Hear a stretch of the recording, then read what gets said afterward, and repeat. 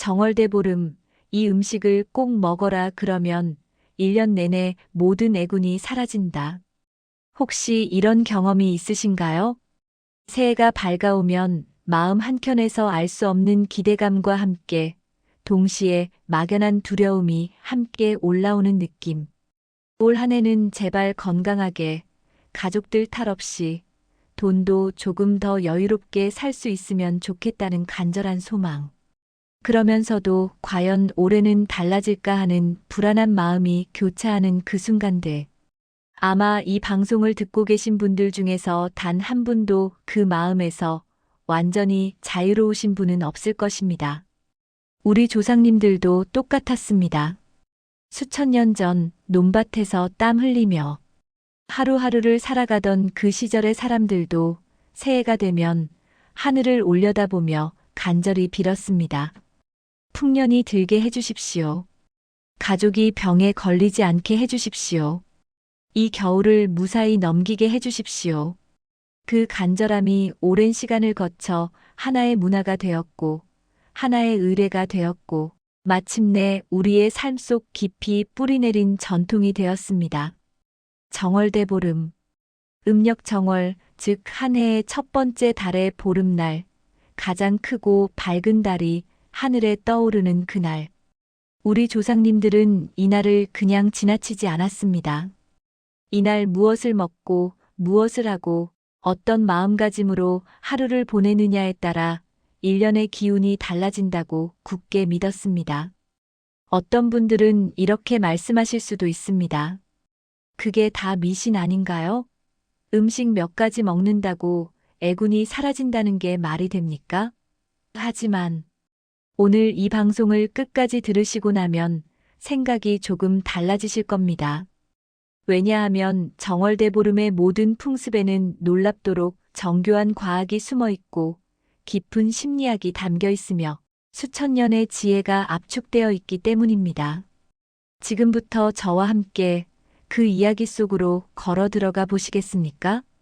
달을 바라보는 것만으로도 마음이 차분해지는 경험 해보신 적 있으신가요? 특히 보름달이 환하게 뜬 밤, 그 크고 둥근 달을 올려다보면 왠지 모르게 가슴이 뭉클해지고 오래된 기억들이 떠오르고 혼자라는 느낌보다 무언가와 연결되어 있다는 따뜻한 감각이 밀려오곤 합니다. 이것은 단순한 감상이 아닙니다. 현대 심리학에서는 이를 경외감 효과라고 부릅니다. 인간은 자신보다 훨씬 크고 광대한 무언가를 마주할 때 뇌에서 특정한 신경 전달 물질이 분비되면서 자아의 경계가 느슨해지고 더 큰 전체와 하나가 된 느낌을 경험하게 됩니다. 이 순간 불안과 두려움이 줄어들고 삶을 더 넓은 시야로 바라볼 수 있게 됩니다. 우리 조상님들은 이것을 이론으로 알지는 못했지만 몸으로 느끼고 있었습니다. 그래서 보름달이 가장 크게 뜨는 이날을 특별하게 여겼고 온 마을 사람들이 함께 모여 달을 바라보며 소원을 빌었습니다. 이 공동의 의례가 가진 힘은 단순한 미신의 차원을 넘어섭니다. 공동체 전체가 한마음으로 새해의 건강과 풍요를 기원하는 그 에너지는 실제로 사람들의 마음을 단단하게 만들고 공동체의 결속을 높이는 실질적인 효과가 있었습니다. 정월대보름은 단순히 음식을 먹고 노는 날이 아니었습니다. 이날은 한 해의 나쁜 기운을 씻어내고 좋은 기운을 끌어들이기 위한 총체적인 의례의 날이었습니다. 그 중심에 있었던 것이 바로 오곡밥과 나물, 그리고 다양한 풍습들입니다. 오곡밥을 아십니까? 쌀, 찹쌀, 수수, 팥, 검은 콩. 이 5가지 곡식을 함께 넣고 지은 밥. 얼핏 보면 그냥 여러 가지 곡식을 섞은 것처럼 보이지만 여기에는 놀라운 철학적 체계가 숨어 있습니다. 동양의 전통 철학에서는 우주의 모든 것이 5가지 기본 원소로 이루어져 있다고 봅니다. 바로 목, 화, 토, 금, 수, 나무, 불, 흙, 쇠, 물. 이 오행이 균형을 이룰 때 세상도 조화롭고 사람의 몸과 마음도 건강하다고 보았습니다. 오곡밥의 5가지 곡식은 이 오행에 각각 대응합니다. 붉은 팥은 화의 기운을 가지고 있어 애군을 쫓는 힘이 있다고 여겼습니다. 실제로 팥의 붉은색은 귀신이나 나쁜 기운을 물리친다는 믿음과 연결되어 있고, 이는 동서양을 막론하고 붉은색이 가진 상징성과도 연관됩니다. 검은 콩은 수의 기운으로 신장과 생명력을 강화시키고, 수수는 금의 기운으로 강인한 의지와 결단력을 상징하며, 찹쌀과 쌀은 각각 토와 목의 기운으로 중심을 잡고 성장을 도왔습니다. 이렇게 5가지 기운을 한 번에 몸 안에 받아들임으로써 오행의 균형을 맞추고 한 해 동안 몸과 마음이 조화롭게 유지될 수 있도록 하는 것. 이것이 오곡밥의 본질적인 뜻이었습니다. 그런데 여기서 더 놀라운 것이 있습니다. 현대 영양학의 관점에서 오곡밥을 분석해보면 이 5가지 곡식이 서로의 부족한 영양소를 보완하는 완벽에 가까운 조합이라는 것이 밝혀졌습니다. 쌀만 먹으면 부족한 리신이라는 필수 아미노산이 콩에 풍부하게 들어있고, 팥에는 철분과 비타민 B1이 풍부해서 겨울철 피로감을 회복하는 데 탁월합니다. 검은 콩의 안토시아닌은 강력한 항산화 물질로 세포 노화를 막아주고, 수수에 포함된 폴리페놀 성분은 혈당 조절에 도움을 줍니다. 찹쌀은 소화기관을 따뜻하게 보호해주는 효과가 있어 추운 겨울에서 봄으로 넘어가는 환절기에 특히 중요한 역할을 합니다. 수천 년 전 우리 조상님들이 음식을 통해 오행의 균형을 맞춘다고 직관적으로 알아낸 것이 현대 과학이 영양소의 상호 보완이라는 개념으로 증명해주고 있는 것입니다. 전통의 지혜와 현대 과학이 손을 잡는 이 순간, 참으로 경이롭지 않으십니까? 오곡밥과 함께 빠질 수 없는 것이 바로 나물입니다. 정월대 보름의 나물은 아무 나물이나 먹는 것이 아닙니다. 전통적으로 묵나물, 즉 지난 여름과 가을에 말려두었던 나물들을 다시 불려서 무쳐 먹는 것이 관습이었습니다. 도라지, 고사리, 취나물, 시래기, 무말랭이, 호박꼬지, 가지껍질, 버섯, 콩나물. 이렇게 9가지 혹은 그 이상의 나물을 한 번에 준비해서 먹었는데 왜 하필 말린 나물이었을까요? 여기에도 깊은 뜻이 숨어 있습니다. 말린 나물은 단순히 저장식품이 아닙니다. 식물이 햇볕을 받으며 말려지는 과정에서 특정 영양소는 오히려 농축되고 강화됩니다.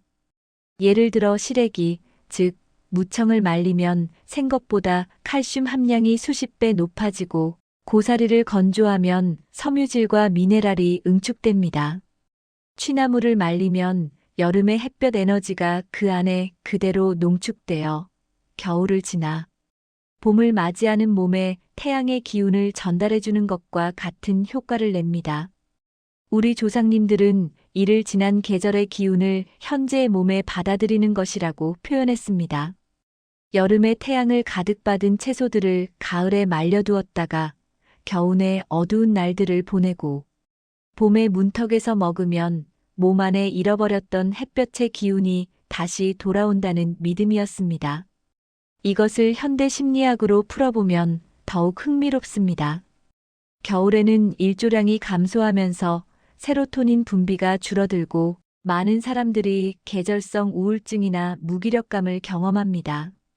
이 시기에 다양한 채소를 풍부하게 섭취하면 장내 미생물 환경이 개선되고, 이는 뇌의 세로토닌 생성에 직접적인 영향을 미칩니다.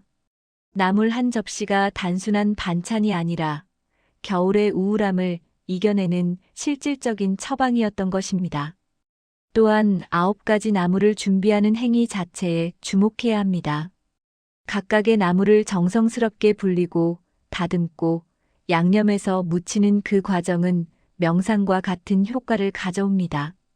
반복적이고 규칙적인 손 작업은 뇌의 전두엽을 안정시키고 마음의 잡념을 가라앉히는 데 탁월한 효과가 있습니다. 조상님들은 제사나 명절 음식을 준비하는 과정 자체를 하나의 수련으로 보았는지도 모릅니다. 정월대보름 아침, 아직 아무것도 먹기 전에 제일 먼저 해야 할 일이 있었습니다. 바로 부럼 깨물기입니다. 부럼이란 땅콩, 호두, 잣, 밤, 은행 같은 견과류를 말합니다. 이것을 단단히 깨물면서 한 해 동안 부스럼이나 종기 같은 피부병이 생기지 않기를 기원하는 것이 부럼 깨물기의 형식이었습니다. 왜 딱딱한 것을 깨무는 행위가 피부병을 예방한다고 믿었을까요? 표면적으로는 주술적 의미처럼 보이지만 실제로는 그 이면에 매우 실용적인 지혜가 담겨 있습니다. 견과류에는 아연, 비타민 E, 필수 지방산이 풍부합니다. 이 영양소들은 피부 장벽을 강화하고 염증 반응을 억제하는 데 핵심적인 역할을 합니다. 특히 겨울에서 봄으로 넘어가는 환절기는 피부가 가장 취약해지는 시기입니다. 건조한 공기와 자외선의 증가, 면역력의 변화로 인해 피부 트러블이 급증하는 이 시기에 매일 아침 견과류를 꾸준히 먹는 습관을 들이는 것은 현대 피부과 의사들도 강력히 권고하는 방법입니다. 또한 딱딱한 것을 깨무는 저작 행위는 턱 근육을 자극하고 뇌연류를 증가시키며 침분비를 활성화시킵니다. 침에는 항균 효소가 포함되어 있어 구강 내 세균 증식을 억제하고 결과적으로 전신 면역력 향상에도 기여합니다. 더불어 부럼 깨물기에는 또 하나의 심리적 의미가 있습니다. 1년 중 가장 힘든 계절을 이겨내고 봄의 문턱에 선 지금 단단하고 강한 것을 과감하게 깨뜨리는 행위는 나는 이 한 해도 어떤 어려움이든 이겨낼 수 있다는 자기 선언과 같습니다. 작은 의뢰 하나가 한 사람의 심리적 탄력성을 높여주는 역할을 했던 것입니다. 부럼을 깨물고 나서 마시는 것이 귀발 기술입니다. 찬 청주 한 잔을 마시면서 이 한 해 동안 좋은 소리만 들리게 해주십시오라고 기원하는 풍습입니다. 아이들에게는 술 대신 식혜나 맑은 음료를 주었고 온 가족이 함께 나누는 이 의식에는 서로에 대한 배려와 공동의 기원이 담겨 있었습니다. 귀발 기술의 귀가 밝아진다는 표현은 단순히 청력이 좋아진다는 의미를 넘어섭니다. 귀가 밝다는 것은 세상의 소리를 잘 듣는다는 것이고 이는 곧 지혜롭게 세상과 소통한다는 뜻입니다. 남의 말을 잘 듣고 시대의 변화를 읽어내며 중요한 정보를 놓치지 않는 사람이 되기를 기원하는 것이었습니다. 현대적으로 해석하면 이것은 경청 능력과 정보 감지 능력에 대한 기원입니다. 인간관계에서, 사업에서, 일상에서 가장 중요한 능력 중 하나가 바로 잘 듣는 능력, 즉 경청입니다. 상대방의 말을 주의 깊게 듣는 사람이 더 좋은 관계를 맺고 더 현명한 결정을 내리며 더 큰 성취를 이루어낸다는 것은 수많은 연구를 통해 증명되고 있습니다. 정월대 보름 아침 온 가족이 함께 모여 귀발 기술을 나누는 그 장면을 상상해 보십시오. 서로의 건강과 복을 빌며 함께 같은 것을 마시고 같은 말을 하는 그 순간. 이것은 단순한 풍습이 아니라 공동체 에너지를 하나로 모으는 강력한 의뢰였습니다. 해가 지고 환한 보름달이 떠오르면 들판에는 불꽃들이 피어오르기 시작했습니다. 바로 쥐불놀이입니다. 깡통이나 작은 그릇에 숯불이나 나무를 피워 넣고 줄에 매달아 머리 위로 빙빙 돌리는 이 놀이. 어두운 밤하늘을 배경으로 불꽃이 원을 그리며 회전하는 그 광경은 실제로 보면 가슴이 두근거릴 만큼 아름답고 장엄합니다. 쥐불놀이에는 여러 가지 실용적 목적이 있었습니다. 가장 직접적인 것은 논밭의 해충을 제거하는 것이었습니다. 봄이 오기 전 들판의 마른 풀숲을 태움으로써 그 안에 겨울을 난 해충의 알과 유충을 없애고 동시에 타고 남은 재가 거름이 되어 봄 농사를 준비하는 데 도움이 되었습니다. 이것은 수천 년의 농업 경험에서 나온 과학적 지식이었습니다. 그러나 쥐불놀이의 진정한 의미는 더 깊은 곳에 있습니다. 불은 동서양을 막론하고 정화의 상징입니다. 태워서 없앤다는 행위는 단순한 물리적 소각이 아니라 지난해의 나쁜 기운과 묵은 것들을 완전히 소멸시키고 새로운 시작을 맞이한다는 심리적 의미를 가집니다. 더욱이 쥐불놀이는 마을 사람들이 함께하는 놀이였습니다. 아이들부터 어른들까지 함께 들판에 모여 불을 돌리고 누구의 불이 더 오래 더 크게 타오르는지 겨루고 서로 웃고 떠들고 뛰어다니는 그 시간은 겨우내 집 안에만 갇혀있던 몸과 마음을 활짝 열어젖히는 해방의 시간이었습니다. 오늘날의 심리학에서는 이를 집단적 감정 해소라고 부릅니다. 개인이 혼자 감정을 억누르며 버티는 것이 아니라 공동체 전체가 함께 움직이고 표현하고 발산함으로써 쌓인 스트레스와 부정적 에너지를 해소하는 과정. 쥐불놀이는 수천 년 전의 집단 심리 치료였던 셈입니다. 쥐불놀이와 함께 대보름 밤의 또 다른 장관은 달집 태우기입니다. 마을 사람들이 함께 나뭇가지와 짚을 쌓아 거대한 탑 모양의 달집을 만들고 보름달이 하늘 높이 떠오르는 순간에 불을 지르는 것입니다. 달집이 타오르면서 불꽃이 하늘 높이 솟아오르는 그 광경 앞에서 사람들은 저마다의 소원을 빌었습니다. 연기가 하늘로 올라가면 그 소원이 달에게 혹은 하늘에 있는 신령에게 전달된다고 믿었습니다. 또 달집이 불에 타는 모습을 보고 그 해의 날씨와 풍흉을 점치기도 했습니다. 달집 태우기는 마을 전체의 공동 작업이었습니다. 혼자서는 만들 수 없는 거대한 달집을 함께 준비하고 함께 불을 지르고 함께 바라보는 그 과정이 마을 공동체의 유대를 강화하는 핵심 역할을 했습니다. 현대 사회에서는 이웃이 누구인지도 모르고 살아가는 경우가 많습니다만 조상님들은 이런 공동 의례를 통해 서로가 서로에게 기대고 의지하는 따뜻한 공동체를 만들어갔습니다. 정월대보름의 풍습 중에서 빼놓을 수 없는 것이 바로 오곡밥 나누기입니다. 이날은 자신이 지은 오곡밥을 이웃에게 나누어 주는 것이 전통이었습니다. 특히 적어도 3집 이상의 오곡밥을 먹어야 복이 온다고 했습니다. 이것이 단순한 음식 나누기처럼 보이지만 실제로는 놀라운 사회적 메커니즘입니다. 각 가정이 자신의 오곡밥을 이웃과 나누면 그 이웃 역시 자신의 오곡밥을 다른 이웃과 나눕니다. 이렇게 마을 전체의 오곡밥이 순환하면서 자연스럽게 마을 구석구석의 음식과 자원이 골고루 퍼지게 됩니다. 혼자 사는 노인, 형편이 어려운 가정, 몸이 불편한 이웃도 이 순환 속에서 따뜻한 밥 한 끼를 나눌 수 있었습니다.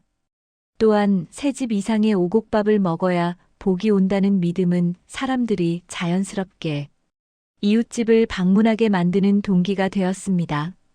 겨우내 단절되었던 이웃들이 서로 방문하고 음식을 나누고 안부를 묻는 이 과정에서 사회적 유대가 회복되고 공동체의 결속이 강화되었습니다. 현대 사회에서 고독과 단절로 인한 심리적 고통이 증가하고 있다는 것은 널리 알려진 사실입니다. 연구에 따르면 사회적 유대가 강한 사람들이 건강하게 오래 살고 정신적으로도 더 안정적이며 어려운 상황에서도 더 잘 회복한다고 합니다. 오곡밥 나누기는 이 모든 것을 직관적으로 실천하게 만드는 놀라운 문화장치였습니다. 이른 아침 집안에 복조리를 걸어두는 풍습도 있었습니다. 복조리는 쌀을 이뤄내는 대나무 조리인데 이것을 정월 대보름 이전에 사서 집안에 걸어두면 그 한 해 동안 복이 가득 담긴다고 믿었습니다. 조리는 쌀을 잃어 불순물을 걸러내는 도구입니다. 복조리를 건다는 것은 나쁜 것은 걸러내고 좋은 것만 담아내겠다는 의지의 표현이었습니다. 이것은 단순한 장식이 아니라 매일 눈에 보이는 곳에 자신의 소망을 걸어두는 일종의 비전보드였습니다. 현대 심리학에서 확언과 시각화의 효과는 이미 수많은 연구를 통해 입증되어 있습니다. 원하는 것을 눈에 보이는 곳에 두고 매일 그것을 바라보며 마음속에 새기는 것이 실제로 행동 변화와 목표 달성에 긍정적인 영향을 미친다는 것입니다. 조상님들의 복조리 걸기가 바로 이 원리를 실천하고 있었습니다. 내 더위 사려. 정월대 보름 아침에 동네 아이들이 서로를 만나면 이 말을 먼저 외치는 풍습이 있었습니다. 먼저 이 말을 하는 사람이 상대방의 더위를 사주게 되고 더위를 팔린 사람은 그 여름에 더위를 먹지 않는다는 믿음이었습니다. 이것이 미신처럼 들리지만 그 안에 담긴 심리학적 원리는 매우 정교합니다. 더위를 팔았다는 상징적 경험이 실제로 여름 동안 더위에 대한 심리적 저항력을 높여줄 수 있습니다. 이는 현대의학에서 말하는 위약 효과와 비슷한 메커니즘입니다. 믿음이 실제 신체 반응에 영향을 미친다는 것은 이미 과학적으로 증명된 사실입니다. 또한 더위 팔기는 아이들이 새해 아침에 이웃과 처음으로 교류하는 방식이었습니다. 서로를 찾아다니며 내 더위 사려 를 외치는 놀이를 통해 아이들은 자연스럽게 이웃과 소통하고 웃고 관계를 맺는 법을 배웠습니다. 정월대 보름에는 해야 할 것뿐만 아니라 하지 말아야 할 금기사항도 있었습니다. 이날은 바느질을 하지 않고 나무 작업을 하지 않으며 특별히 다투거나 나쁜 말을 하지 않도록 했습니다. 이러한 금기는 표면적으로는 미신처럼 보이지만 실제로는 설정 효과라는 심리학적 원리를 담고 있습니다. 인간은 특정한 날, 특정한 시기를 특별하게 여길 때 그날의 행동이 앞으로 지속될 가능성이 높습니다. 즉, 정월대 보름에 좋은 행동을 하고 나쁜 행동을 삼간다는 것은 한 해 동안 그러한 태도를 유지하겠다는 자기와의 약속이 됩니다. 또한 이날 다투거나 험한 말을 하지 않는 것은 공동체의 화합을 위한 실용적 지혜이기도 했습니다. 온 마을이 함께 모여 의례를 행하는 날, 갈등이나 다툼은 공동체 전체의 에너지를 흐트릴 수 있기 때문에 의도적으로 평화로운 분위기를 유지하도록 한 것입니다. 지금까지 정월대 보름의 다양한 풍습들을 함께 살펴보았습니다. 오곡밥과 9가지 나물, 부럼 깨물기와 귀발기술, 쥐불놀이와 달집 태우기, 오곡밥 나누기와 복조리 걸기, 더위 팔기와 금기사항들. 이 모든 것들이 결국 말하고자 하는 것은 무엇일까요? 그것은 바로 이것입니다. 한 해를 잘 살아가기 위해서는 몸이 건강해야 하고 마음이 평안해야 하며 이웃과 화목해야 하고 자연의 이치에 순응해야 한다는 것.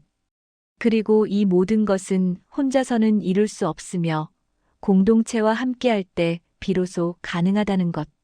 오곡밥이 5가지 곡식의 조화로 완성되듯이 인간의 삶도 홀로 고립되어서는 온전할 수 없습니다.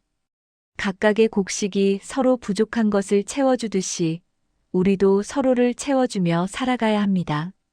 그것이 수천 년의 지혜가 우리에게 전하는 가장 근본적인 메시지입니다. 이 방송을 들으시는 지금 이 순간부터 실천할 수 있는 것들이 있습니다. 먼저 오늘 저녁 식탁에 1가지 곡식을 더 추가해 보십시오. 평소에 흰 쌀밥만 드셨다면 오늘만큼은 파치나 검은 콩 혹은 잡곡을 한 줌 섞어서 지어 보십시오. 그 작은 변화 하나가 몸에 새로운 영양소를 전달하고 무엇보다 나는 나 자신을 소중히 돌보는 사람이다라는 자기 인식을 강화시켜 줍니다. 다음으로 오늘 한 사람에게 전화를 해보십시오. 오랫동안 연락하지 못한 이웃이나 친구, 형제자매. 오곡밥을 나누어 먹던 그 정신으로 따뜻한 안부 한마디를 건네보십시오. 그 짧은 통화 하나가 상대방의 하루를 밝게 만들고 동시에 나의 마음도 풍요롭게 만들어줍니다. 그리고 오늘 저녁 하늘을 한번 올려다 보십시오. 달이 보이든 보이지 않든 상관없습니다. 하늘을 바라보며 올 한 해 내가 이루고 싶은 것, 지키고 싶은 것, 감사한 것들을 마음속으로 천천히 떠올려 보십시오. 이 짧은 의례 하나가 우리 조상님들이 보름달 아래서 소원을 빌던 그 마음과 여러분을 연결해 줄 것입니다. 정월대 보름의 보름달은 모든 이에게 평등하게 비춥니다.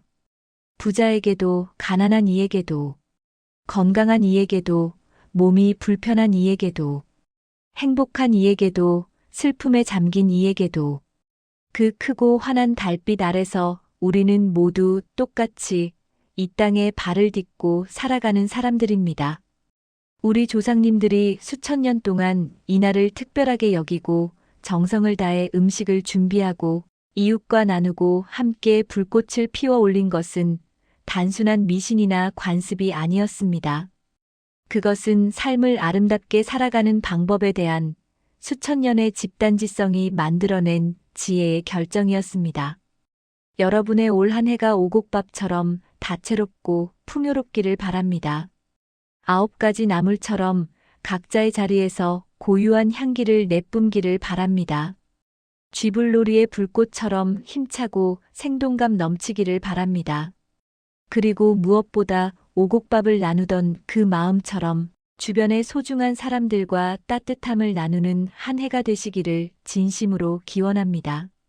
정월대 보름, 이 음식을 꼭 드십시오. 그리고 이 마음을 꼭 기억하십시오.